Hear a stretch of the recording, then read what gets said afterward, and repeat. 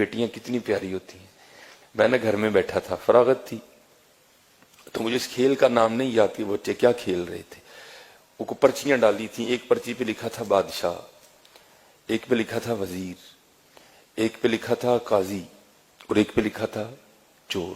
ان 4 پرچیوں کو بند کر کے نہ پھینک دیتے, پھر سارے ایک ایک اٹھاتے تھے. اب جس کے حصے میں بادشاہ کی پرچی آئی وہ بادشاہ بن گیا, جس کے حصے میں قاضی کی آئی وہ قاضی بن گیا, جس کے حصے میں وزیر کی آئی وہ وزیر, اور ایک کے حصے میں آنی ہے چور کی. تو پھر جس کے حصے میں چور کی پرچی آنی ہے اس کے لیے پھر بڑے سخت معاملات ہیں. بادشاہ سلامت اس کو جو چاہے حکم دے. اب جو میرا بڑا بیٹا ہے اس نے کیا کیا ہوا ہے, اس نے پرچی کو نا تھوڑا سا پھاڑ دیا ہے بادشاہ والی کو.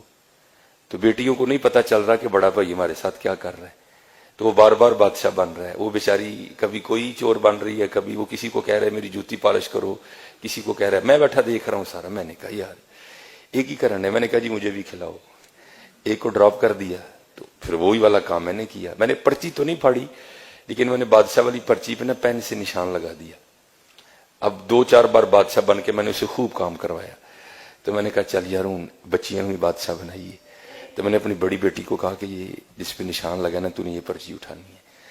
اب بادشاہ والی اس نے اٹھا لی, تو میرے حصے میں آ گئی چور والی پرچی. اب سب نے بتانا تھا کہ کیا پرچی آئی ہے, تو سب نے بتایا. تو اینڈ پہ نا مجھے سارے کہتے ہیں جی بابا آپ کیا بنے ہیں. تو میں نے کہا جی میں چور بنا. میں حضور کے ممبر پہ بیٹھا ہوں, میں جھوٹ نہیں بولوں گا. میری چھوٹی بیٹی رو پڑی اور میرے گلے لگ کے کہتی میرے بابا چور نہیں ہے. میرے گلے لگ کے رو پڑی. خدا میں ممبر پہ بیٹھا ہوں حضور کے, میں جھوٹ نہیں بول رہا. حالانکہ میں ایسی باتیں نہیں سناتا, یہ آپ کی دلجوئی کے لیے سنا رہا ہوں کہ بیٹیوں کے لیے کبھی ایسا فکرہ نہیں بولنا. یہ رحمت ہوتی ہے. میں ممبر پہ بیٹھا کہہ رہا ہوں, میرا اللہ گواہ ہے اس بات کا. ہاں میں ایسی باتیں نہیں سناتا. وہ میرے ساتھ لگ کے نہ رو پڑی, حقیقتاً رو پڑی, اور کہتی میرے بابا چور نہیں ہے. یہ رحمت ہے. بیٹیوں سے محبت کرو.